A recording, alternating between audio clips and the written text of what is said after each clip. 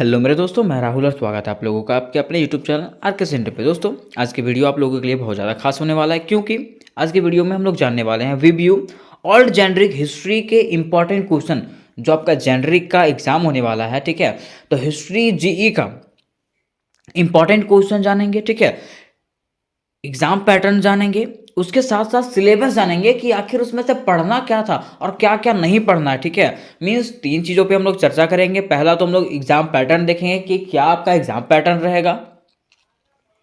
दूसरा, हम लोग इसके इंपॉर्टेंट क्वेश्चन को देखेंगे कि क्या क्या हम लोग को इसमें से पढ़ना है, और ज़्यादा पढ़ने की जरूरत नहीं है। ठीक है, तो आपको इंपॉर्टेंट क्वेश्चन बताया जाएगा। उसके बाद सिलेबस बताया जाएगा आपको कि आखिर सिलेबस में हम लोग क्या पढ़ें और क्या ना पढ़ें, और क्या सिलेबस वही वाला पहले वाला सिलेबस है कि उसको चेंज किया गया। ठीक है, तो हम लोग इसके बारे में डील करते हैं। ठीक है, और चलिए जानते हैं। सबसे पहले हम लोग जानेंगे इसके सिलेबस को, कि देखते हैं कि क्या इसका सिलेबस कहता है। देखिए, अगर हम लोग ध्यान डालते हैं इसके सिलेबस की तरफ, ठीक है, जी हिस्ट्री के सिलेबस की तरफ, ठीक है, तो हम लोग को इसमें से पढ़ना है एंशियन इंडियन हिस्ट्री, मतलब प्राचीन भारतीय इतिहास के बारे में पढ़ना है। क्या पढ़ना है? प्राचीन भारतीय इतिहास के बारे में। और हम लोग को 8 पॉइंट पे चर्चा करना, मतलब 8 को आपको चैप्टर दिया रहेगा या तो पॉइंट दिया रहेगा, उसमें से उसके थ्रू से आपको पढ़ना रहेगा। ठीक है, जिसमें से पहला आपका क्या है,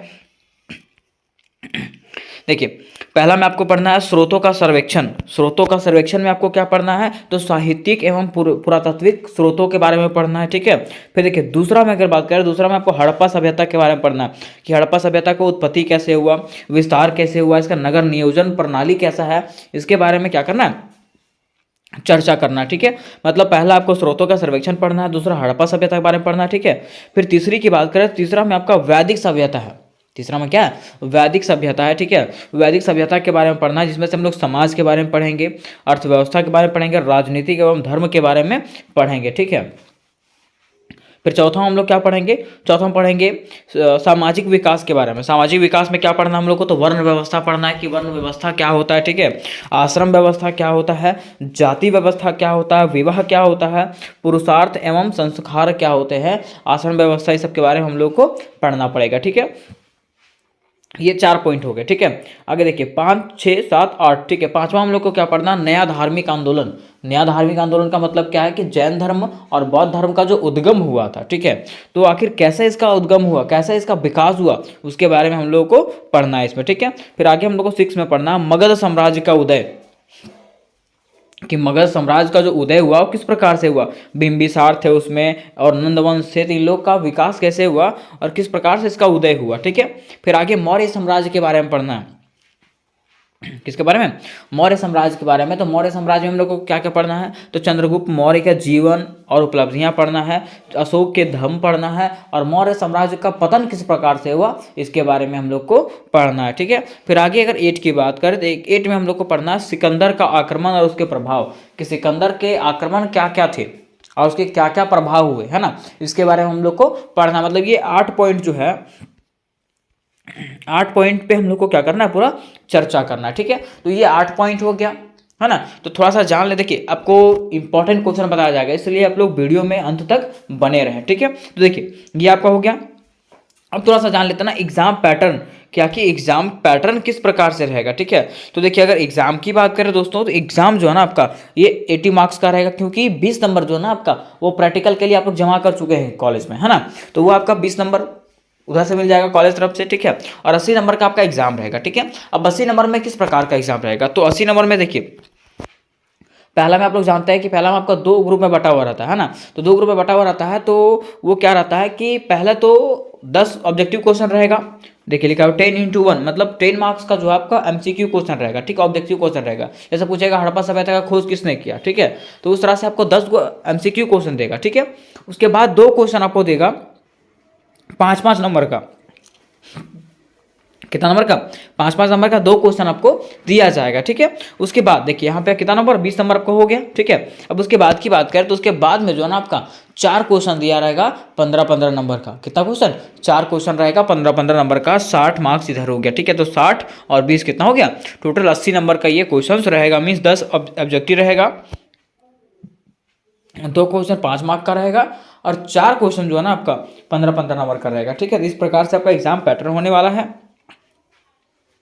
तो एग्जाम पैटर्न आपको समझ गए। तो चलिए अब हम लोग जानते हैं कि क्वेश्चंस, ये मोस्ट इंपॉर्टेंट है। चलिए जानते हैं कि क्या क्या क्वेश्चन इसमें से पूछा जाएगा, ठीक है। अब देखिए अगर बात करते हैं हम लोग क्वेश्चंस की, क्वेश्चन की बात करें तो क्वेश्चन की तरफ बढ़ते हैं। देखिए क्वेश्चन आपका इस प्रकार से रहेगा।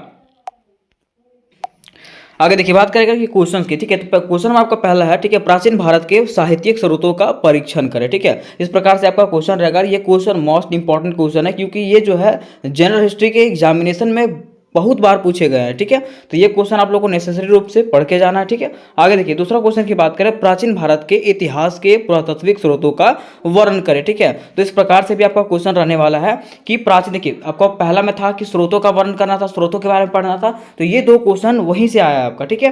प्राचीन भारत के साहित्यिक स्रोत और प्राचीन भारत के पुरातात्विक स्रोत, ये दोनों क्वेश्चन है, ठीक है। दोनों क्वेश्चन को आपको पढ़ के जाना है, और मैंने ये क्वेश्चन बना भी दिया है, वहां पे जाकर आप लोग देख सकते हैं, ठीक है।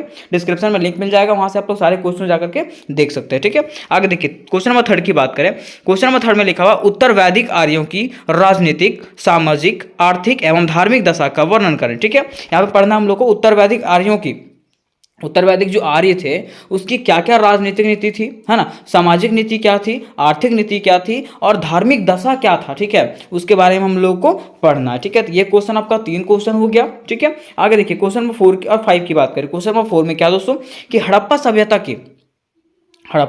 सभ्यता के नगर नियोजन एवं गृह निर्माण की प्रकाश डालिए, ठीक है। मतलब हड़प्पा सभ्यता के बारे में पढ़ना कि हड़प्पा सभ्यता का नगर नियोजन और गृह प्रणाली जो था, गृह निर्माण प्रणाली जो था, वो किस प्रकार से था, वो लोग कैसे अपना नगर को बसाते थे और कैसे किस प्रकार से वो लोग अपना घर बनाते थे, ठीक है। इसके बारे में आपको डिटेल से बताना, ठीक है। फिर आगे देखिए क्वेश्चन नंबर 5 की बात करें। क्वेश्चन नंबर 5 में इस प्रकार से रहेगा आपका, गौतम बुद्ध के जीवन एवं उपदेशों का वर्णन कर, या तो आपको इस प्रकार से रह सकता है कि गौतम बुद्ध के जीवनी एवं उपदेशों का वर्णन कीजिए, ठीक है। तो इससे रिलेटेड अगर आपका कोई भी क्वेश्चन आता है ना, आपको यही वाला डालना है, ठीक है। और मैंने ये सारे का क्वेश्चन आंसर मैंने बना दिया, ठीक है। आपको डिस्क्रिप्शन में लिंक मिल जाएगा, वहां से आप लोग सारे वीडियो जाकर के देख सकते हैं, ठीक है।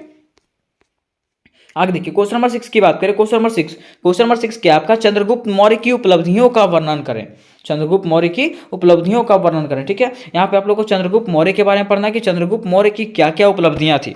आगे क्वेश्चन नंबर 7 की बात करें। क्वेश्चन नंबर 7 में है, मौर्य प्रशासन पर प्रकाश डालें, कि मौर्य प्रशासन क्या था, मौर्य साम्राज्य था उसका प्रशासन प्रणाली क्या था, उसके बारे में हम लोग को जानना है, ठीक है। फिर क्वेश्चन नंबर 8 की बात करें। क्वेश्चन नंबर 8 में लिखा हुआ है, प्राचीन भारत में विवाह प्रथा पर वर्णन करें, ठीक है, कि प्राचीन भारत में विवाह प्रथा किस प्रकार था, ठीक है, उसके बारे में क्या करना है, वर्णन करना, ठीक है। ये आपका क्वेश्चन नंबर 8 हो गया। अब देखिए क्वेश्चन नंबर 9 की बात करें। क्वेश्चन नंबर 9 में आपका इस प्रकार से दिया हुआ है कि आश्रम व्यवस्था पर एक निबंध लिखें, कि आखिर आश्रम व्यवस्था क्या होता है ना, उस पर क्या करना है, निबंध लिखना आश्रम व्यवस्था के बारे में, कि कैसे लोग पहले आश्रम में जाकर के पढ़ते थे, पहले गुरुओं के पास पढ़ते थे, उन लोग को भिक्षा दिया करते थे, ठीक है।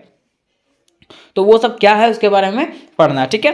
फिर आगे क्वेश्चन नंबर 10 की बात करें। देखिए क्वेश्चन नंबर 10 में लिखा हुआ है, पुरुषार्थ एवं संस्कार पर प्रकाश डालने, की पुरुषार्थ और संस्कार क्या है उसके बारे में आपको बताना है, ठीक है। फिर आगे देखिए क्वेश्चन नंबर 11 आपका है, मौर्य काल में सामाजिक एवं आर्थिक स्थिति की विवेचना करें। ये आपका 11 क्वेश्चन है, ठीक है। 11 क्वेश्चन मतलब यही क्वेश्चन में आपका सारे क्वेश्चन मिल जाएंगे, ठीक है। और मैं आपको थोड़ा सा बता देता हूँ कि जो इंपॉर्टेंट लग रहा है मेरे थ्रू से, ठीक है, क्योंकि जैसा हम लोग को अनुभव है, अनुभव के अनुसार से आपको बता देना चाहता हूं कि ये सब क्वेश्चन क्या है, इंपॉर्टेंट है। तो देखिए अगर बात करें इंपॉर्टेंट क्वेश्चन का, ठीक है, तो ये पहला क्वेश्चन, दूसरा क्वेश्चन आपका इंपॉर्टेंट रहने वाला है, ठीक है। फिर तीसरा क्वेश्चन भी आपका इंपॉर्टेंट है, पांचवा क्वेश्चन इंपॉर्टेंट है आपका, क्वेश्चन नंबर 6 इंपॉर्टेंट है, ठीक है।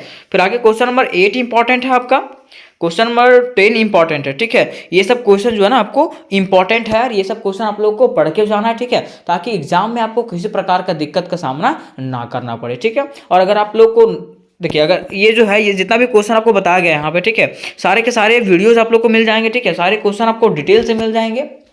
जाना कहाँ आपको मिलेगा कहाँ पे, तो डिस्क्रिप्शन में लिंक दिया हुआ रहेगा, ठीक है, वहां से आप लोग व्हाट्सएप ग्रुप में भी जुड़ सकते हैं और सारे वीडियोस को भी देख सकते हैं। तो मिलते हैं नेक्स्ट वीडियो में, तब तक के लिए जय हिंद, जय भारत।